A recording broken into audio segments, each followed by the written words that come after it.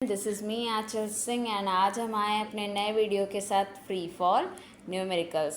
Free fall हमने last video में देख लिया था कि अगर कोई ऑब्जेक्ट ग्राउंड की तरफ अट्रैक्ट होती है और उस पर सिर्फ ग्रेविटेशनल फोर्स एक्ट करती है, that is the free fall.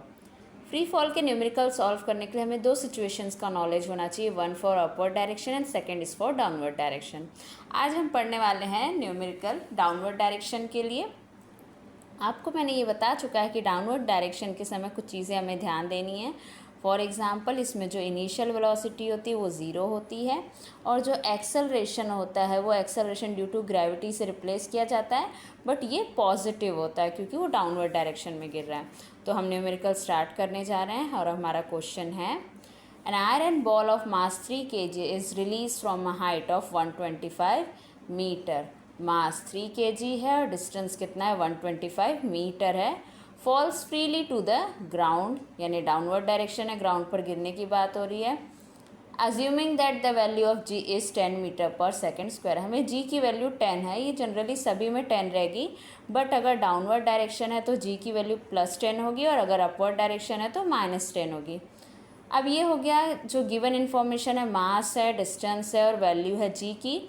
अब हमें कैलकुलेट क्या करना है, टाइम कैलकुलेट करना है कि वो कितने टाइम में ग्राउंड पर पहुंच रही है, velocity of the ball calculate करनी है और height of the ball at the half the time. एक बार हम टाइम कैलकुलेट कर देंगे तो हमें हाफ टाइम पे कितने वो डिस्टेंस पर पहुंची है बॉल, वो हमें पता करना है।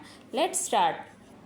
तो पहले हम गिवन इन्फॉर्मेशन लिख देंगे, जो हमारे पास इन्फॉर्मेशन गिवन है, that is mass is 3 kg and जो डिस्टेंस है जिसे हम एस से रिप्रेजेंट करते हैं वो कितना है, 125 मीटर है। एंड जो वैल्यू है ए की, that is g, that is 10 metre per second square. ये हो गया गिवन इन्फॉर्मेशन और हमें पता है यू ज़ीरो लेना है, ए की वैल्यू जी है जो कि 10 है और मास 3 kg और डिस्टेंस है। अब सबसे पहले हमें टाइम कैलकुलेट करना है, तो हमें पता है कि 3 इक्वेशन ऑफ मोशन है, उन्हें यूज़ करके ये कैलकुलेट करना है। तो हम सबसे पहले इसके इक्वेशन सेकंड को यूज़ करेंगे और हम निकालेंगे इसका time. So Newton's equation of second motion है s is equals to u t plus half of a t square. अब यहाँ जो u की टर्म है, u की वैल्यू ज़ीरो है, t हमें कैलकुलेट करना है, हाफ ऑफ a की जो वैल्यू है वो 10 है, t अगेन क्या करना है, हमें कैलकुलेट करना है, s जो है वो है 125 मीटर। तो ये वैल्यूज़ जो हमारे पास थी वो हमने पुट कर दी है। अब हम यहाँ देखेंगे ये टर्म जो है ये ज़ीरो हो जाएगी, ये हो जाएगा 5t स्क्वायर एंड ये 125, so 125 is equals to 5t square. So 125, अब ये मल्टीप्लिकेशन में है तो ये आ जाएगा डिवीज़न में, t square. So t square is equals to कितना हो जाएगा, 25, और आपको पता है ये अंडर रूट में जाएगा 25, तो टाइम कितना निकल गया है, 5 सेकेंड। यस, तो ये हमने टाइम कैलकुलेट कर लिया। तो हम फिर से देख लेंगे कि हमें यहाँ पे कुछ इन्फॉर्मेशन दी है, u ज़ीरो होता है डाउनवर्ड डायरेक्शन में, that is the initial velocity. Mass यहाँ पे 3 kg दिया गया है, डिस्टेंस 125 मीटर, एक की मतलब जो g की वैल्यू है वो 10 है और ये हमने सेकेंड इक्वेशन ऑफ मोशन को यूज़ करके हमने कैलकुलेट किया है। एंड जहाँ पे u की टर्म पूरी ज़ीरो हो जाएगी, आप डायरेक्ट भी लिख सकते हैं, हमने a की जगह 10 पुट किया और फाइनली इस तरीके से हमने टाइम कैलकुलेट कर लिया। अब हमें वेलोसिटी कैलकुलेट करनी है सेकंड इसमें, दैट इज़ वेलोसिटी, जिसको हम न्यूटन्स फर्स्ट इक्वेशन के हेल्प से यू कैलकुलेट करेंगे, v is equals to u plus a T.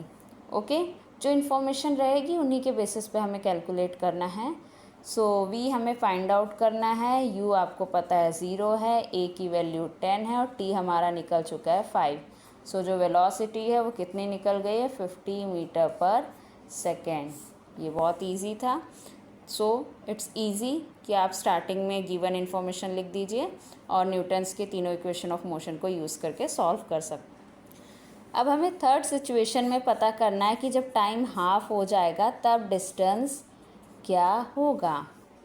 तो टाइम हाफ हो जाएगा, आपको पता है टाइम कितना है, 5 है, 5 सेकेंड है, उसको हम हाफ करेंगे तो 2.5 सेकेंड हो जाएगा, बाकी इन्फॉर्मेशन एज इट इज़ रहेंगी।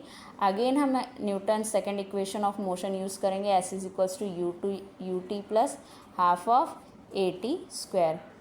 डिस्टेंस हमें यहाँ फाइंड आउट करना है, सो यू की टर्म 0 होगी, हम डायरेक्ट लिखेंगे। हाफ ऑफ ए की जो वैल्यू है 10 है, और जो टाइम है वो अब हो जाएगा 2.5 का स्क्वायर, क्योंकि टाइम की वैल्यू हाफ हो चुकी है। सो यहाँ पे ये 5 हो जाएगा कैंसिलेशन होके, एंड ये हो जाएगा 6.25, and the answer will be 31.25 metre. So distance कितना निकल गया हमारा, 31.25 मीटर। अगेन मैं लिख देती हूँ 31.25 मीटर। ये डिस्टेंस है जब टाइम हाफ है।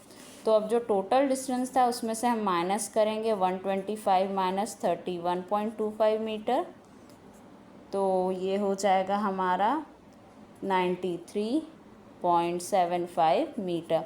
यानी ये डिस्टेंस हमने निकाला कि हाफ टाइम में वो इतने डिस्टेंस पे पहुंची थी जहाँ से हमने ड्रॉप किया था, इतने डिस्टेंस पे पहुंची थी, लेकिन ग्राउंड से उसका कितना डिस्टेंस है वो है 93.75 मीटर।